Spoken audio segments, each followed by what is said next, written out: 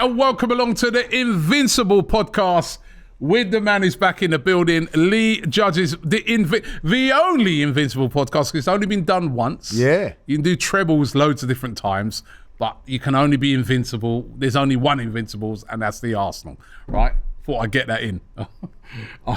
They won everything, didn't they, City? Yeah. They won the whole lot. I'll tell you what, we was in a bar and there was a load of Man City fans in there, and you know when they scored, they was shouting and all that. And when Lukaku had that open goal, I'm off my seat, like, you know what I mean? And, you know, sit down, shut up. I said, you know, oh, God, how's he missed that? Oh, shocking. But how was the holiday, man? Yeah, fantastic. Had a fantastic So was it hanging out with Aaron Ramsdale on holiday? Unbelievable.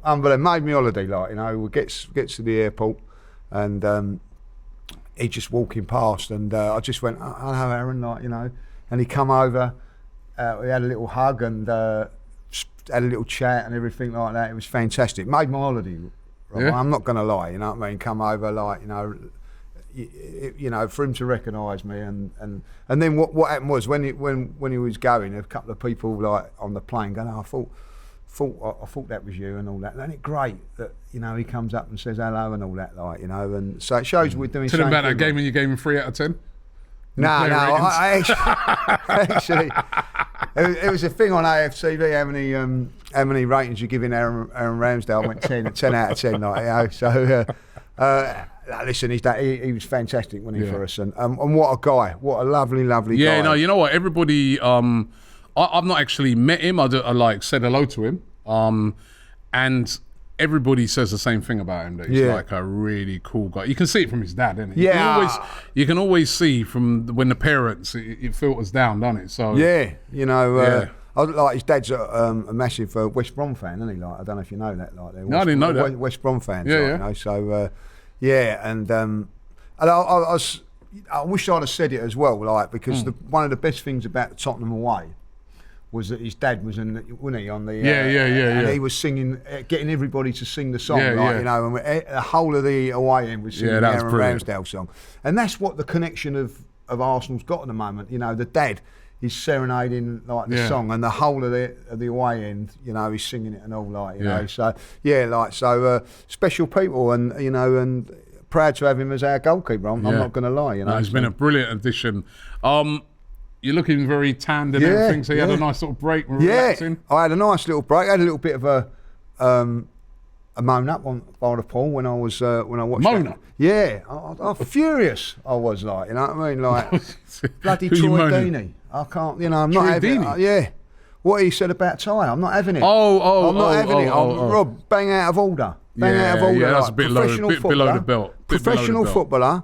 You know, like, take the moral ground. You know, I'm going to be really honest with him in there, like, to Troy Deeney. I think I know, like, people have a go at him and everything like that. I think personally, he done us a favour by bringing that whole thing up. Because if you ever seen Arsenal, the cojones. Yeah, he highlighted what probably a lot of Arsenal fans were thinking and all that, like. And since he highlighted that, I've seen a difference in Arsenal. So thank you very much for that. But to actually turn around and then come out and say it, that Arsenal players don't like Ty, that, you know, is way below the belt. And that's not true either, because I know personally bang out of order. a few of them that they love Ty, right? And I was surprised by that. You know what? Troy Deeney's a nice guy, you know. I don't know. And the stuff with when Ty's bantering him, he's not nothing. I don't know if he's taking it personal, but it's like banter. I mean, listen. I'm surprised. As I said, Troy Deeney is a you know, I met a guy on loads of occasions, man. He's a very, very nice person. So I was a bit surprised by it. Yeah, look, listen, I don't know, man. He's a professional footballer. He's got a high profile.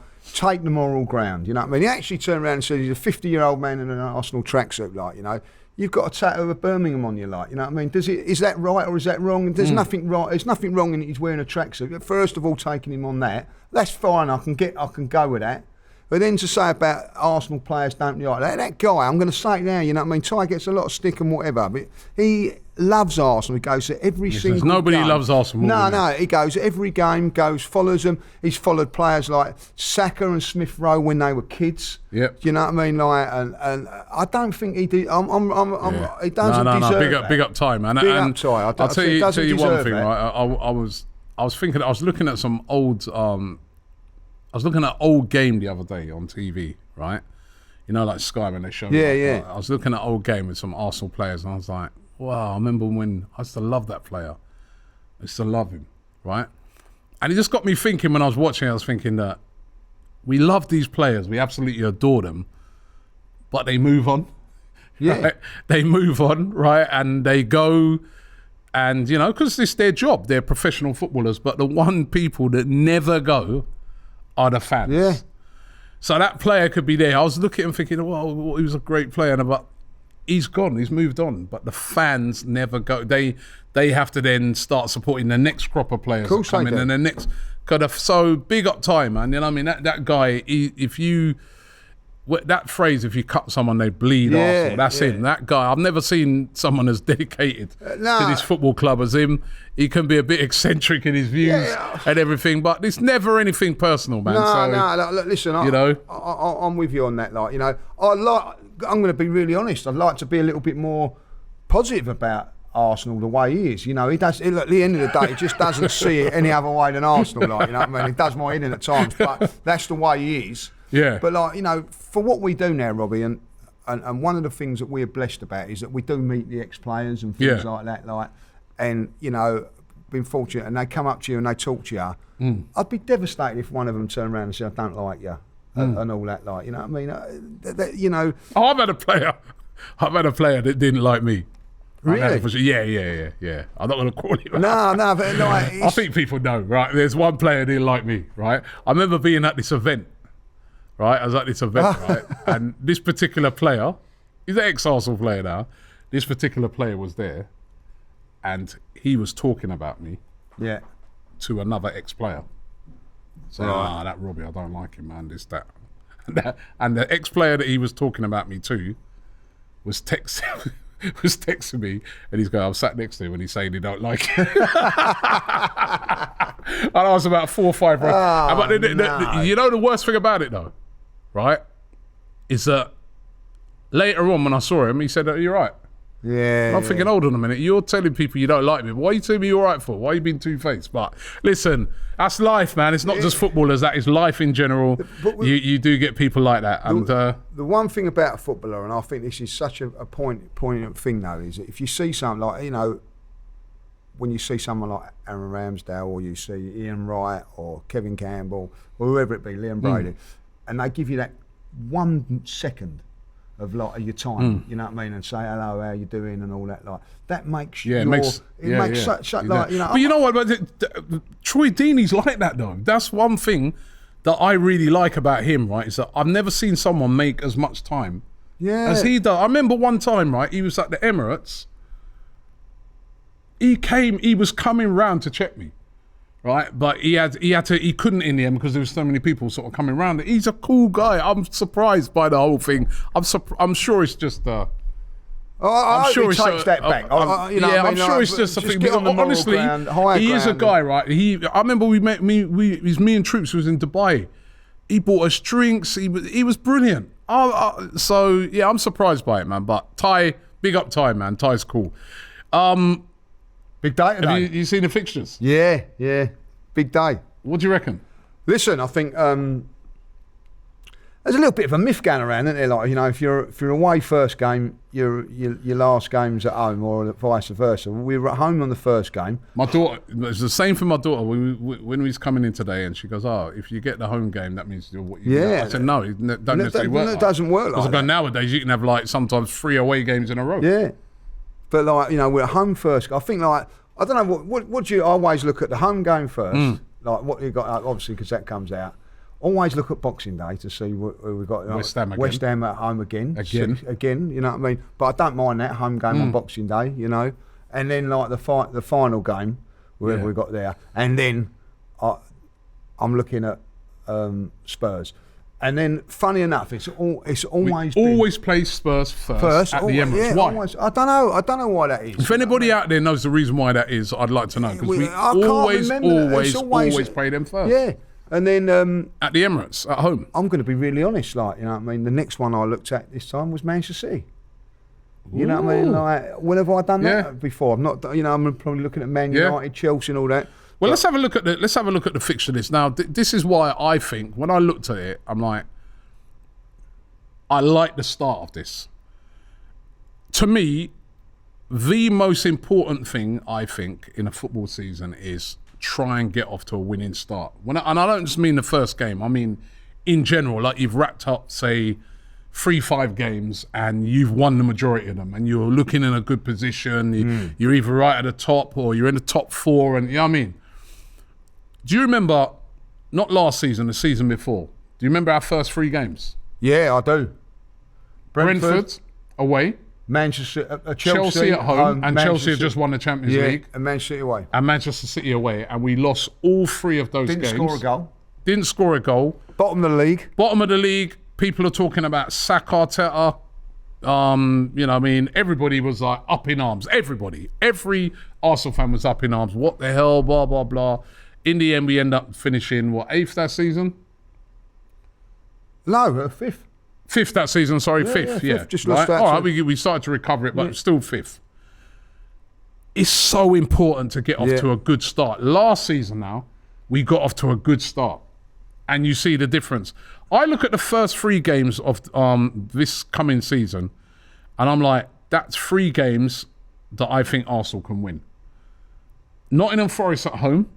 Yep. Crystal Palace away. Listen, it's never easy, but it's winnable. Won there last year. Yeah, tough. Right?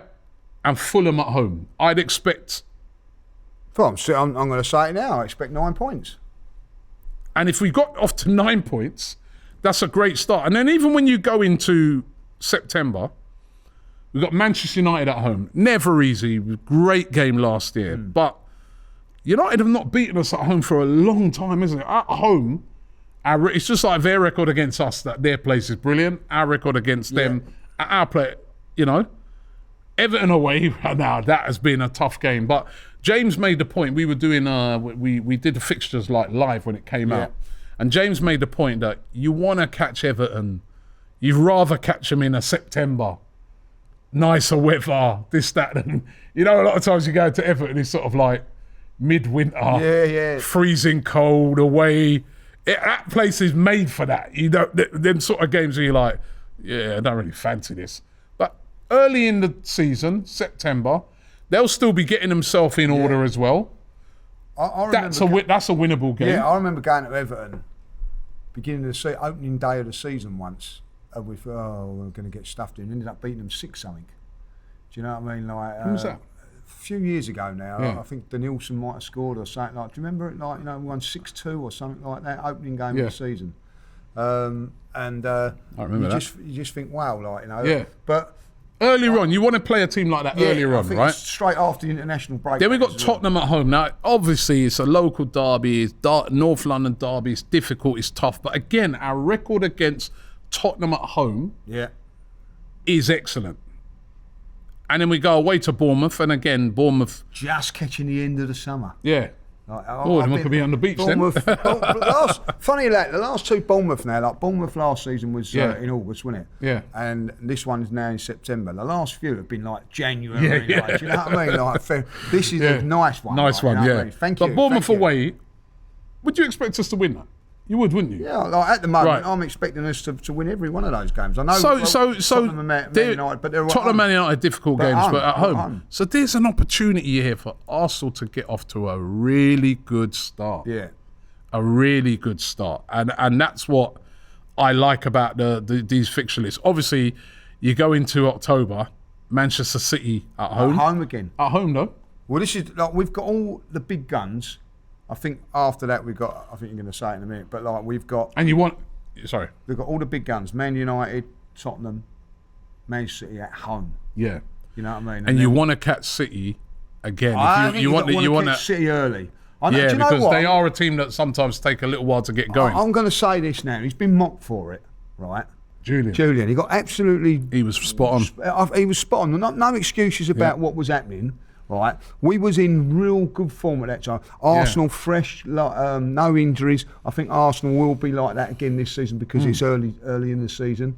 I know we've got a bit of Champions League coming up in and around that, but we was fresh going into those games.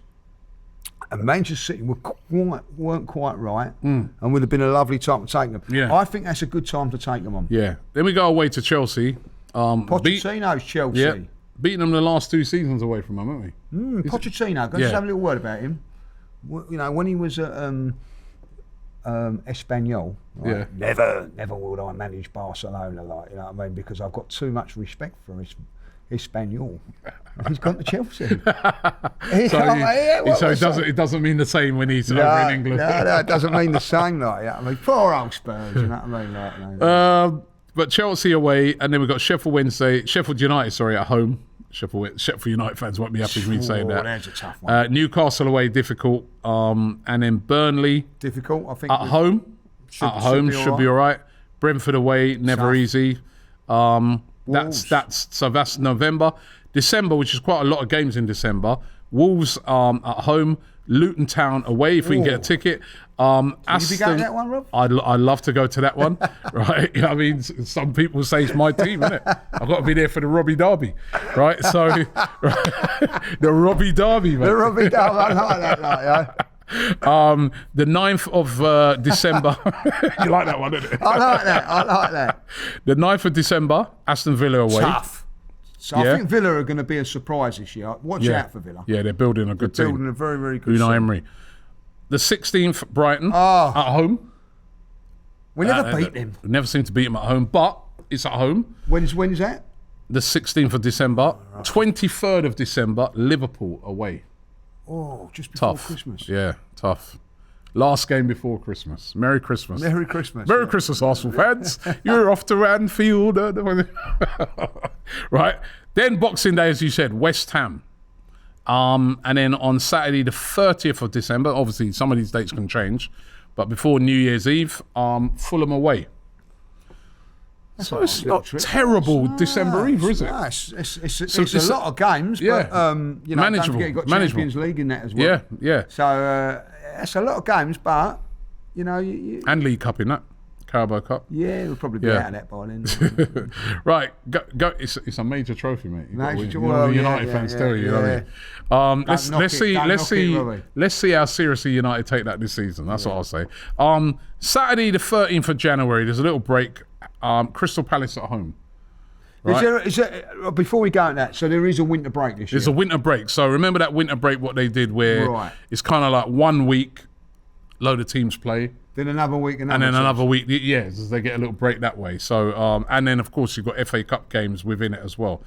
But within that month in the Premier League, Crystal Palace at home, and Nottingham Forest away. We've got 2 league games. Only two Premier League games, and then we go into February. I think the Champions League returns in February, but we've got Liverpool at home, Aston Villa away. Sorry, West Ham away. Same colours, though, Rob. Yeah. Burnley away. Oh, 2 claret and blue on the same. Nottingham Forest. Nottingham Forest. I'm twisted up now. Do you need glasses? I must do. Newcastle United at home. Sheffield United away. We're going into March now. Sheffield United away. Brentford at home. Chelsea at home. Manchester City away. That's not. It's not the end of the world. It's tough because you got between that. Yeah, it's tough because you got Chelsea, then followed by Man City. Then we go into April. Luton at home, Brighton away, Aston Villa at home, Wolves away. Oh, that's a tough month. And Tottenham away. Oh, when's Tottenham? Away on 27th of April. It's a tough month. It's not the worst in the world. That obviously.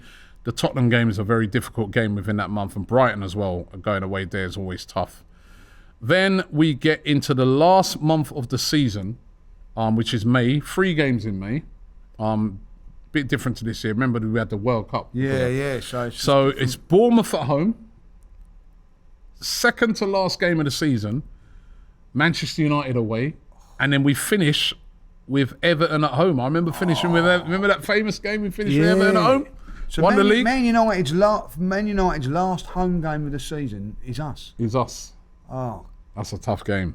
When is that? May. The 11th of May.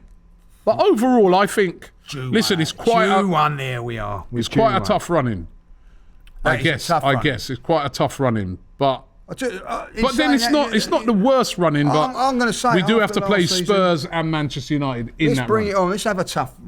We didn't have as tough a run in this time. We didn't. You know, they're games where there's going to be games riding on that. I think that's a good thing. You know what I mean? Like, you know. Overall, I think it's not bad for us to have had a fixture. And do you know what, Lee? This was something else that somebody pointed out this morning when we was doing the fixtures. Yeah. I think they went through it and they said that all of Arsenal's group stage games in the Champions League, right? After every one, they worked it out that every game we have after that is a home game. Oh, that's lovely. Thank you, the Premier League for that. That's nice of them. So that's worked out pretty cool in that way. So those are the fixtures in front of us, and listen, you've got to play every team twice. I just feel that there's an opportunity there to get off to a good start. That is what we got to do. That is what we got to do. That's what we did last season, and we got to do the same again this season. And to get off to a good start, it would be nice to have a couple of great signings in through the door. Declan Rice. Now, I'm sure even when you was on holiday, everybody was talking about it. Yeah. You would have seen him, of course, win the Conference League. Lift the trophy there. Now the transfer window is open. The fun and games have started. Now Arsenal's said to have made an opening bid for Declan Rice, which has been rejected by West Ham. Arsenal looking to go back with further bids. They are very serious about Declan Rice. What I've been told is that Declan Rice 100% wants to come to Arsenal, and Arsenal 100% want Declan Rice. It's all down to negotiation now. Now, there is a little spanner that's kind of got been thrown into the works a bit. I saw this, let me see if I can find it, this tweet by David Ornstein. And I said, let me see if I can find it. David Ornstein, about Declan Rice. He said, Arsenal have made an opening offer to sign Declan Rice for West Ham. Tim Lewis and Karen Brady held talks at the PL AGM, though Edu and Richard Garlick leading the process. But then, this is the last bit. He says, Manchester City now actively exploring their own approach for the 24-year-old. Manchester City coming into things would not be good news for Arsenal. We know that Bayern Munich wanted Declan Rice, but they pulled out of the race because they just there's no point, because it looks like he's definitely going to Arsenal. What do you reckon of this Man City now getting involved? Are you worried about this? Well, look, I'm worried about anything until they get the deal done. You know what I mean? Manchester City can blow anybody out of the water with their money and everything like that. But one thing going in our favour is, and is that, and I've heard this on good authority as well, that Declan Rice wants to come to Arsenal. So, Mudrik's wanted to come to Arsenal. Yeah, he did. That is the big man was even doing videos and everything like that. I don't think he ever liking tweets. Yeah, but there's a difference between liking tweets and actually saying to whatever, And I think that there's a gentleman's agreement with Declan Rice, and I think that if the money's stumped up to and it's reasonable, I think that it'll happen. And I'm saying reasonable. I think 90 million is about right. When you're looking at Jude Bellingham going for 115 and he's 19 and probably, a little bit better than Rice, if you have to say 90 million's about right. I think 90 million is right. And I was actually told that earlier on in the week that basically Arsenal, they're quite relaxed on the situation at the moment. They feel that they will get Declan Rice, but they don't want to pay 100 million. They the player definitely wants to come. West Ham, you want to sell him. You want that money so that you can start making your own deals and stuff like that. Let's just sit down. 90 million, 85 million. Do you know? I reckon this thing will get resolved actually, Lee. This thing, add-ons, plus add-ons. Yeah. I reckon a lot of times, a lot of that's done for effect. In that, for instance, the other day, the McAllister deal, yeah? All Liverpool fans are jumping up and down and they're saying, wow, what a bargain. 35 million for McAllister. Which, that is a bargain, right? But then when you speak to Brighton fans, they're like, no, they paid 50 million for McAllister. That's what we're being told. We got 50 million. because when you add all the add-ons on and stuff like that. So I think it's a way sometimes of sort of selling it to your fans that, you know, one set of fans can sell it that. So say, for instance, like if Arsenal paid 75 million plus add-ons, right? Now those add-ons, which sometimes we're not even fully privy to, could take it up to 100 million. But it might be, you know, Arsenal board and everything can sell it to the Arsenal fans as, we only pay 75 million plus add-ons, but 75 million. And then the West Ham fans, you know, their owners will be, no, well, actually, with those add-ons, we're getting 100 million for him. And everyone's happy. But I do feel that when you say 90 million, I think 85, 90 million is what it's going to get resolved for. But I don't think Arsenal, they're trying to avoid paying that 100 million. Yeah, well, listen, at the end of the day, you want it to be done fairly. As I will say it again, and I'll say it every single time, we've got ourselves into the Champions League now, and we are now, as fans, paying a little bit extra, a little bit this, a little bit that. Club shirts have gone up, an extra tenner and all that. We're being asked to spend that money. Just do the right thing, Arsenal. I'm not saying, like, you know, go in there with silly bids and everything like that, which we haven't. I think we've gone in at 88?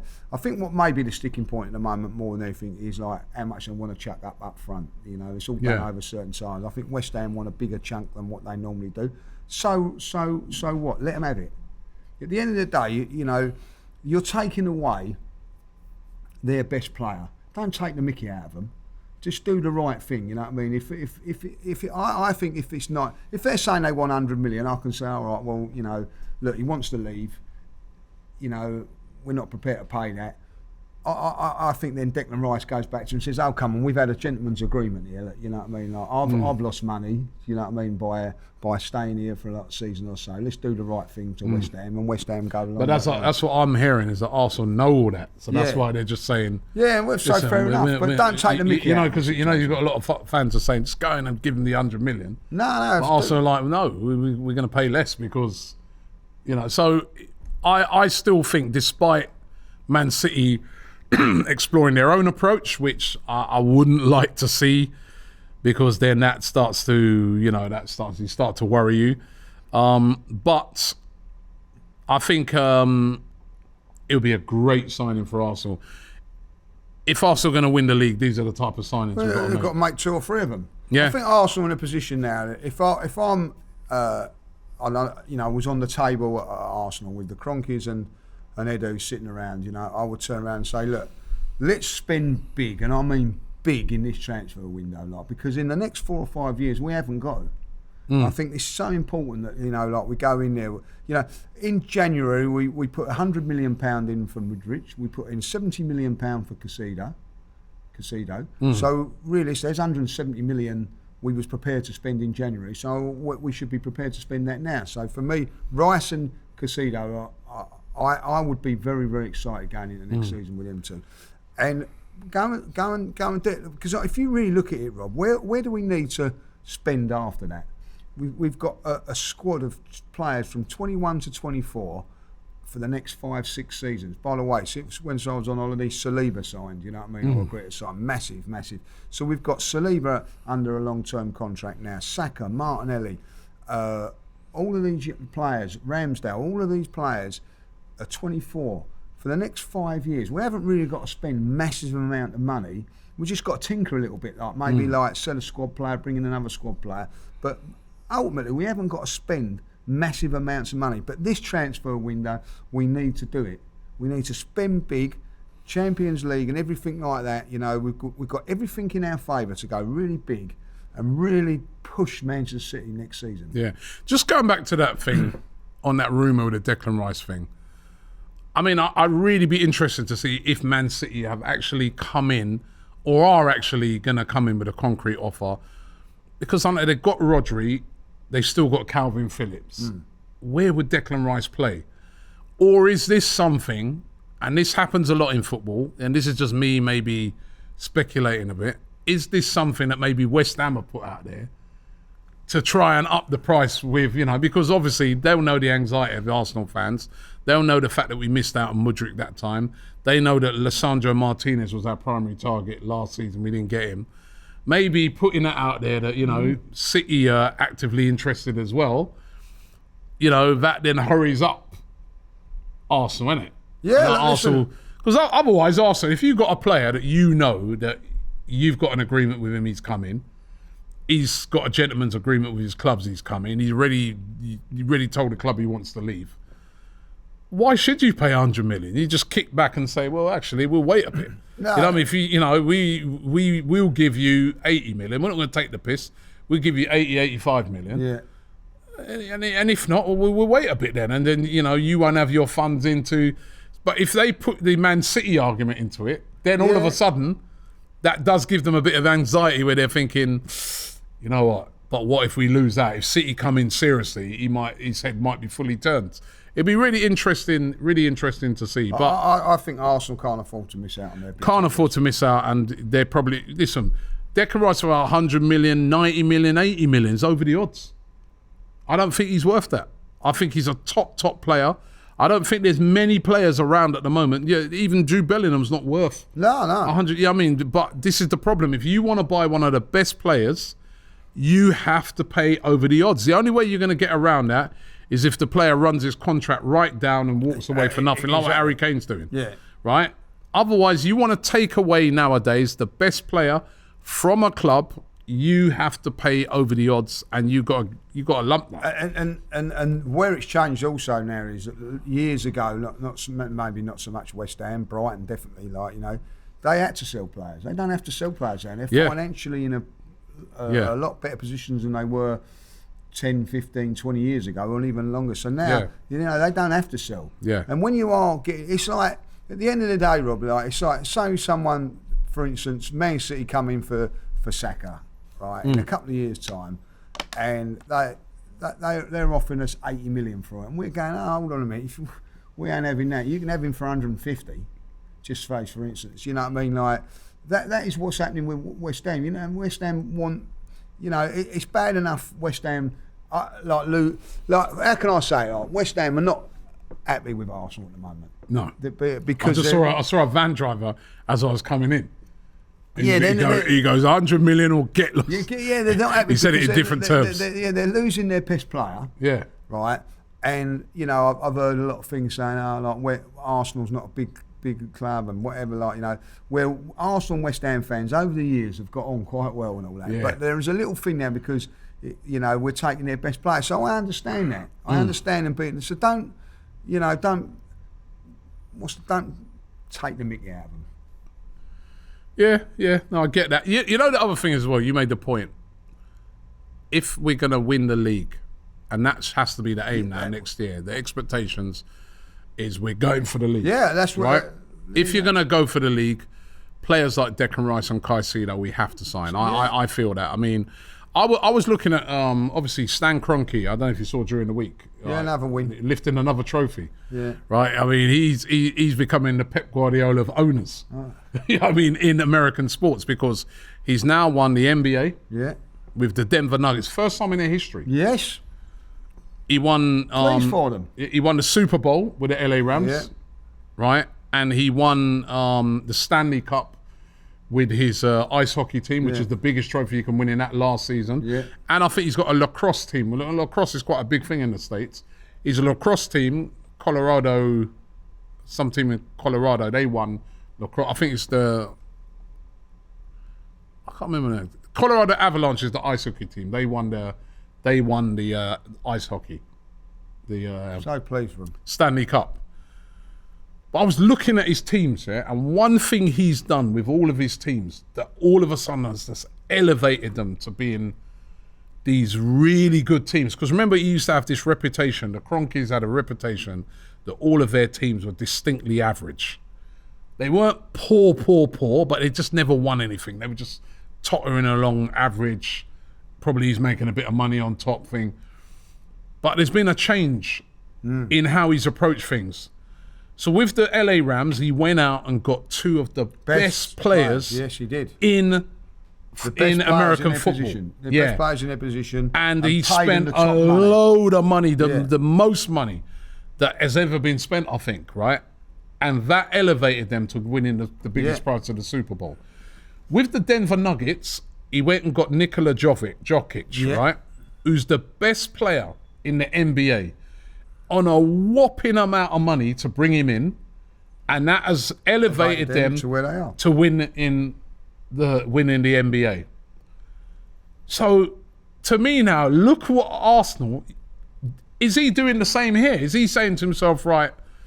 Obviously through Arteta, what do you need? And Arteta says, well, if I get Declan Rice and Caicedo, that takes us on to another level in that midfield. It does take us on another level. It does. I'm hoping that is what the thought process is this season. Certainly, if we get Declan Rice, it's going to be our most expensive signing ever. Because it's not enough. But it's not enough. But we need more. Not enough. So I'm hoping that is the mindset of what's happening here, and that those, because if you get those signings, that's what can win you a league. I was talking about this the other day. I was saying, we were joking about the whole Mbappe thing and that. James did a video on it and stuff like that, right? But I said to James, I go, if all jokes aside, if Arsenal got Mbappe, if Arsenal bought this season Declan Rice, Caicedo, and Mbappe, I know it's impossible because of the amount of money it costs. I would be quite confident, even with Man City, that we could win the league. Without a doubt. So that's what players can do when they can elevate you to another level. And I'll tell you this now: if we sign Declan Rice and nobody else, we ain't winning the league. Don't get excited because you know what I mean. That might get you top 4, but it ain't going to win you the league because at the end of the day, that's not good enough. Yeah. And I'll be really honest: a Declan Rice and a Caicedo in midfield is good enough.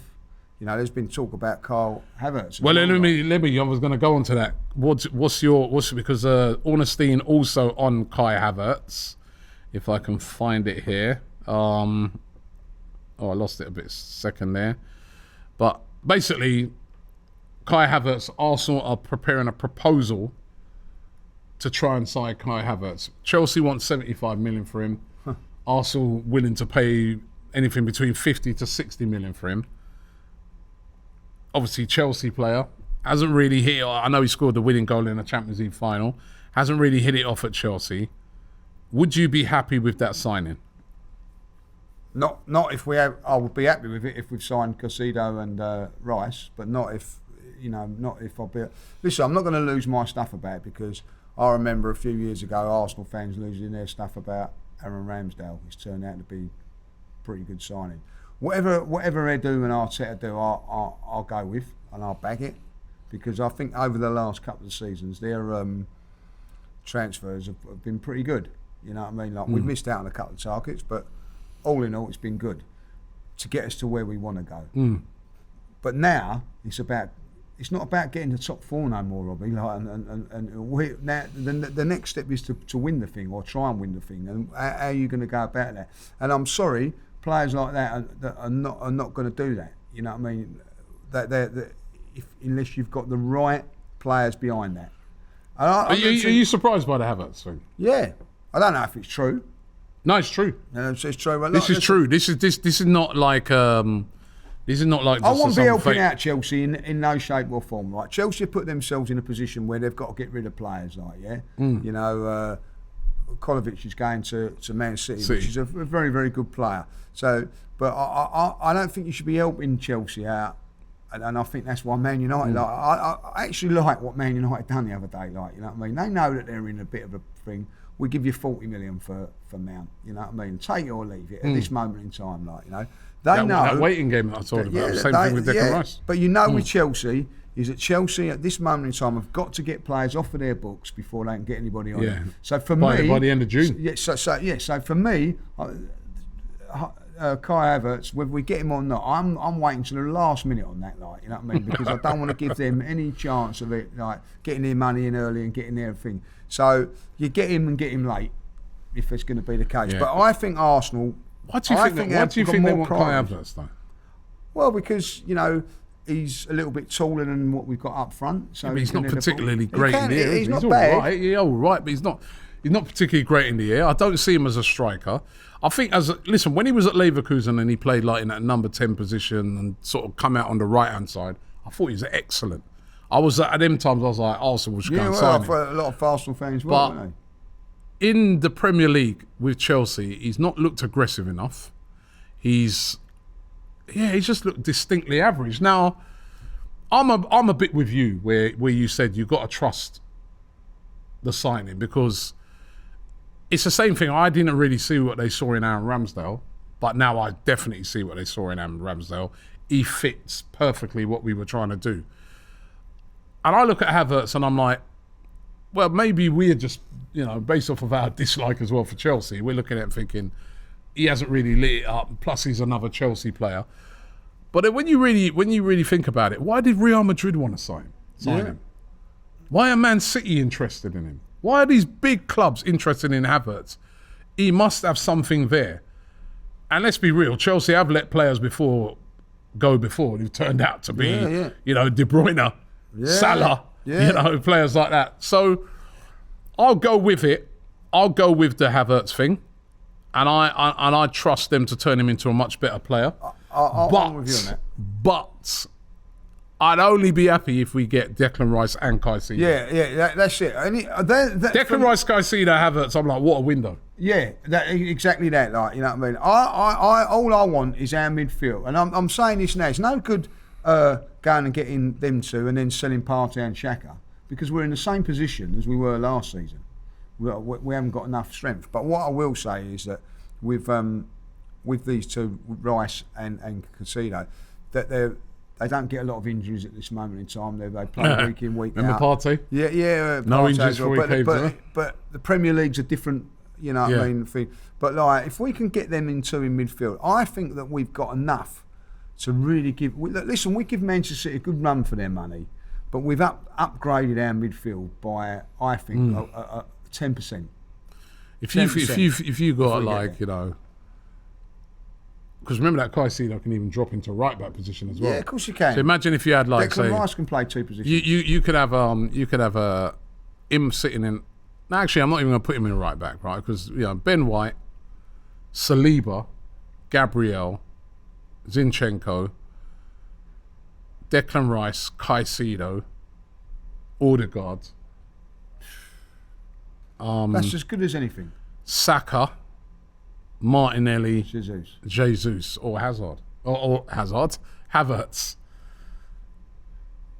It's not bad, is it? The only thing that I would say on that, if they're bringing in Carl, I think Smith Rowe is done. You think? It would be difficult to see where you're going to be playing him, because he hasn't had a lot of games this season. Yeah. But they're saying I saw actually there's a transfer rumor today linking him with Villa. Remember Villa tried to sign him before, £35 million, linking him with Villa and also linking him with Brighton. So could he be part of any sort of Caicedo deal? I don't know. You know what I mean? Like, that could. I do think that there will be sacrifices as well. I think Tierney will go. I think that. I think maybe a Smith Rowe will go. Maybe even an Eddie or Ballylong may have to, one of them must. I think will go. So but I'm not bothered. But I just even like. What's the Cancelo? Cancelo, yeah. They're talking about him. Yeah. For me, the priority is that midfield. Getting them two players in that midfield, because not only will it be good enough now, it'll be good enough for the next 4 or 5 years. Yeah, be a game changer. It's a game changer. It'll be a game changer. And I'm just like, Stan Kroenke, do what you've done with all your other American sides. Go and get that now. Go and get those elite players to add into it, honestly, and we will be challenging. We will be challenging for the league. Can't guarantee we're going to win it. There's Man City still around, but honestly, we can really have a great shot with a team like that. Honestly, we really can. So I'm hoping they do this. I really do. And at the end of it, if they don't, Robbie, there's still a worry. We could not even get top 4 next season with that team, because you see the drop off last season. You see what was going wrong and all that. We've got more games coming in which we can't. We couldn't. We never won the league last season playing on one front. We couldn't cope with the squad. And I know you got pillared for it, saying how big a fish to fry, and because we made excuses about it, Robbie. We made excuses. No, it was facts, because at the end of the day, right, Arsenal did not have the squad to cope with. So we made the excuses. All these other things, We cannot. I'm not having that next season. If we go out against Man City or go out in the FA Cup early, I don't want us turning around and go, well, it's a good thing and all that. We've been making enough excuses for this board and these players, this squad. For long enough now, we've given them 2 years. backing of everything, like, you know. Now you've got to go in there. If Arsenal go out of the FA Cup early, that ain't good enough.